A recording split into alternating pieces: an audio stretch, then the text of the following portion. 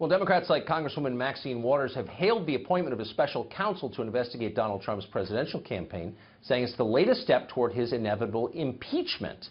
But one of the country's top lawyers is not convinced. Longtime Harvard law professor Alan Dershowitz says the special counsel could vindicate Trump rather than bringing about his downfall.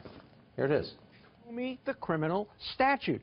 I still sit here as a civil libertarian. I don't want us ever to become what Stalinist Russia became when Stalin was told by Lavrenti Beria, show me the man and I'll find you the crime. What is the crime? Professor Dershowitz joins us tonight. Professor, I was really struck by this. I don't think of you as a big Trump supporter. I'm not. But you asked a question I haven't heard anybody, I know that. You asked a question nobody has asked, which is, what's the crime to which this special counsel is responding? What is the answer? Well, first, I'm here not as a supporter of Donald Trump. I voted for Hillary Clinton very proudly. I'm here as a supporter of civil liberties and construing statutes narrowly as they were written. I just don't see a crime here. I see perhaps some political wrongdoing. I see leaking information on both sides. But even if, for example, the campaign coordinated, which there's no evidence of, but coordinated its activities with Russia, and even if Russia and the campaign said, gee, wouldn't it be better if Trump were elected, that's political wrongdoing, but it's just not a crime. Nobody can point me to a statute that would be violated, and a prosecutor is only allowed to look for evidence of a federal crime. And the reason I think Trump may benefit from this is this will be a secret proceeding. Mueller is a very honorable guy, so he's not going to leak anything. And in the end, he's going to find no crime. Maybe he'll issue a report, which in my view would be improper because he only hears half of the evidence, only the prosecutor's part of the evidence. But he will say there's no crime. Maybe the worst case scenario for the Trump administration is maybe Flynn gets indicted for lying. President probably pardons him at that point.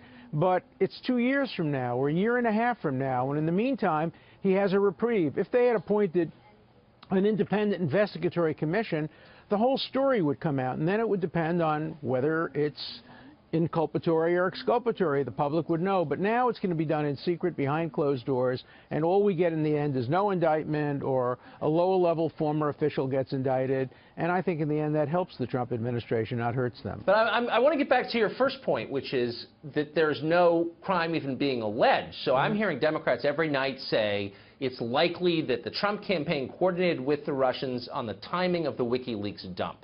If there's no evidence of that, but if that turns out to be true, that's not a crime? Of course not. Why would that be a crime? It would be like the Washington Post publishing WikiLeaks. As long as the Trump administration or no individual told them to hack the DNA, that would be obviously very different, or gave them information that was useful in hacking the DNA. But just knowing that they hacked the DNA, taking advantage of that fact, it's not a crime.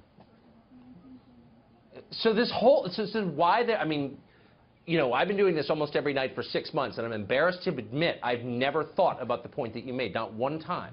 And why is there then a special counsel impaneled here? There shouldn't be. Look at the letter. The letter says you should look into the Russian thing and anything that grows out of it. Nobody points to any kind of crime. And there can't be obstruction of justice for the president to fire Comey. That's his constitutional and statutory right to do that.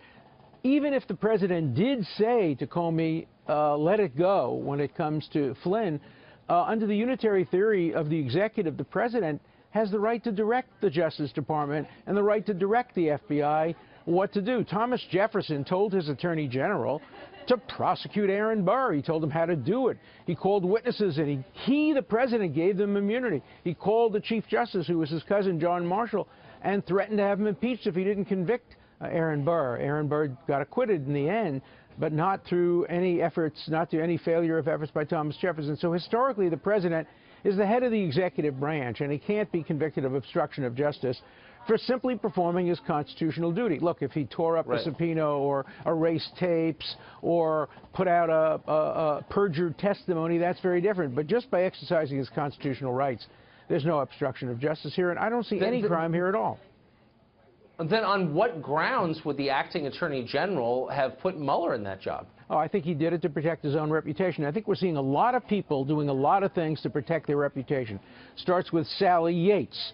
She refuses to defend the travel order to protect her reputation. Right. It goes to Comey, who wants to have his cake and eat it. He hugs the president, and then he turns against him. We then see that Rothstein, he wants to preserve his reputation. He does what the president tells him to do, write a memo. Now he's turning against him. We're seeing a lot of that going on here today. Reputation protecting, playing it both ways, wanting the president to like you, but then when things turn sour, turning against them.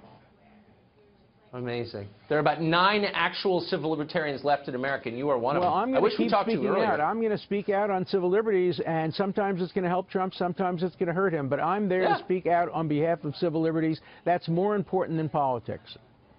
Well, God bless you. Thank you, Professor. I appreciate it. Thank you.